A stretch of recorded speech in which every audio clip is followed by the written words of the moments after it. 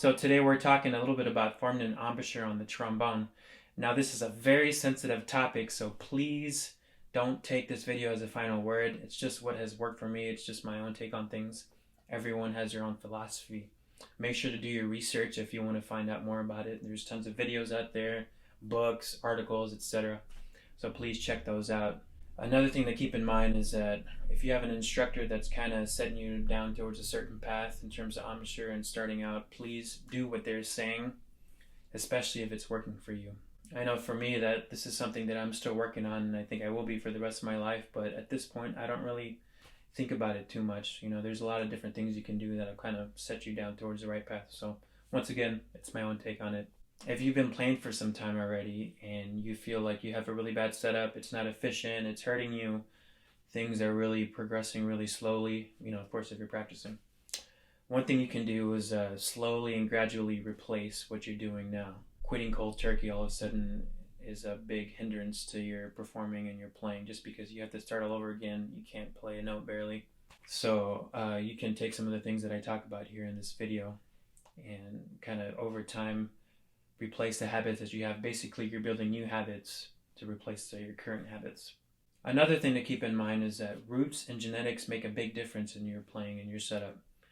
Some people are lucky enough and have that natural embouchure, or maybe they can play high or fast or play loud or strong. Everyone's different, and really it's all about where you're starting from. I think in some ways it might be more worth it if you have a hard time in the beginning, because by the time you do get to the end, you have a good setup and a good sound, you're really going to appreciate all the hard work you did. So something like starting off with the right teacher can save you time and help speed things up. Later on down the road, if you have really bad habits, you can spend a lot of time, even years, correcting bad habits that you already have, as I and many of you may already know.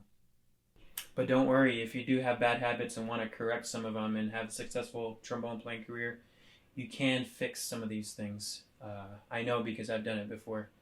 A little bit about my story. I started playing trombone around 12 years old, like a lot of you out there. And I didn't have lessons the first few years. I may have had one or two during middle school or high school, but that's about it. It wasn't until college that I started receiving trombone lessons. And I thought I had an okay setup. My first trombone teacher didn't really say anything about that. I think I played off to the side a little bit, and that's more kind of related to your teeth structure and your jaw structure, but that's a different story. Anyway, I thought I was doing okay, but another teacher, when I started getting jazz lessons from the jazz brass teacher there, he was a trumpet player, MCDONALD, great trumpet player with a great sound. Basically, he kind of got me thinking about my embouchure and setup, really about my sound, but of course, starting with the embouchure. He was a student of Prof. Bill Fielder, the famous and legendary Professor William Fielder. I mentioned some of his students in other videos: Wynton Marsalis, Nicholas Payton, Sean Jones, I think even like other non-brass instruments like Branford Marsalis. So I started studying with Ben McDonald, as did my brother JOBY Tijerina, and basically it got rid of a potentially bad habit of smiling when I played. I think I had maybe a high E flat, F, by the time I switched. I was maybe around 19, 20 years old, freshman, sophomore in college. And after the school year had ended after my sophomore year, I ended up dropping out and completely doing a full reset on the embouchure. Fast forward now to almost 10 years later, my Brothers and I sound has improved significantly. Even though I'm still working on it always, I'm happy with the sound I have now. I feel like it's efficient. It feels and looks easy the way I play. Of course, I'm still working out the kinks, especially in the higher range, different things. But I think it's made a big difference. So there is hope for you out there. It doesn't take 10 years. I'd say after about 2 years max, I was feeling and sounding much, much better. Even though I didn't have maybe the same range or dexterity that I did with the chops before I completely resetted. I felt after about 2 years, I was able to play pretty consistently. Of course, you keep getting better. It keeps getting better, more efficient. Your flexibility, everything just gets better. So it won't take 10 years, but probably I'd say maybe even as soon as a year, up to 2 years. But I do want to say that when you do reset, it takes time. So keep that in mind. Another thing to keep in mind is to not overthink this. I know it can be really tempting and fun to sit here and analyze and look at people's embouchures and do this. I mean, my brother and I went through it for a little bit. But I'd say in the long run, it's not worth it to overdo it, and it can actually negatively impact your playing. So be careful. Try not to overthink. All right, so the first thing you're going to want to do in forming an embouchure is to create as natural a setup as possible. What I always tell my students to do is to pretend you're blowing out a candle. What this does is create a natural shape where you're utilizing all of the muscles in the face here around the embouchure and the aperture. Your corners are firm. All the muscles are formed. It's like a big circular muscle kind of going inwards. It also gets you thinking about your air a little bit because you're aiming at this candle light that you're blowing out. So your air is directed at that point. It fixes a lot of things without overthinking all the musculature and all the mechanics of everything. If you want to supplement this with buzzing exercises, free buzzing or mouthpiece buzzing, go ahead and do that. I do a little free buzzing and a little bit of mouthpiece buzzing right before I start, but only a few seconds, not minutes or not hours, not a long time. Some people do. It really depends on your philosophy, but I personally just do a tiny bit before I start playing. So here's something I do in my warm-up.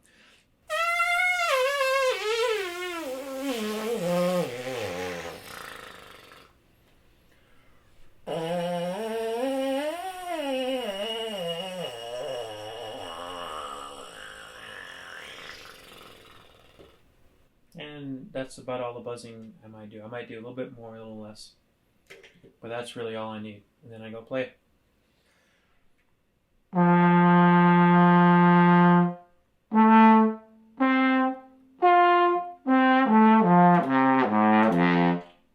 So the next thing you're going to want to do is to remember to stay as relaxed as possible, but maintain the shape in the embouchure and aperture. The imagery of the candle should help with this. Just keep kind of going back to that. Another thing to keep in mind is to let your air do the work. Basically, you just set the embouchure, the candle imagery, and let the air do the work for you. What I mean by air is a couple of little things. First of all is to make sure you're activating the right muscles, thinking about saying, hey, and trying to project, hey, hey, will activate the intercostals and the diaphragm. So do that same movement, but with your air. And also, don't forget to let the air do the work for you in terms of like your tongue and redirecting the air. Basically, as you go higher, it's more of an E, the back of your tongue goes up. And as you go lower, it's more of an ah. So I'll demonstrate that here a little bit with the hey.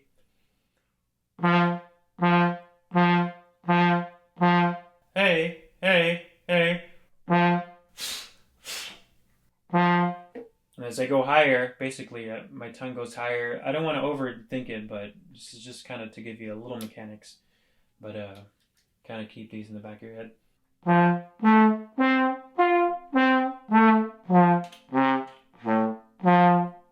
Okay, so the next thing to do, once you have these fundamentals down with the embouchure and using your air and staying relaxed, is to remember to practice, practice, practice. There's nothing that's going to replace practicing. You absolutely have to practice and spend time with the embouchure and the horn.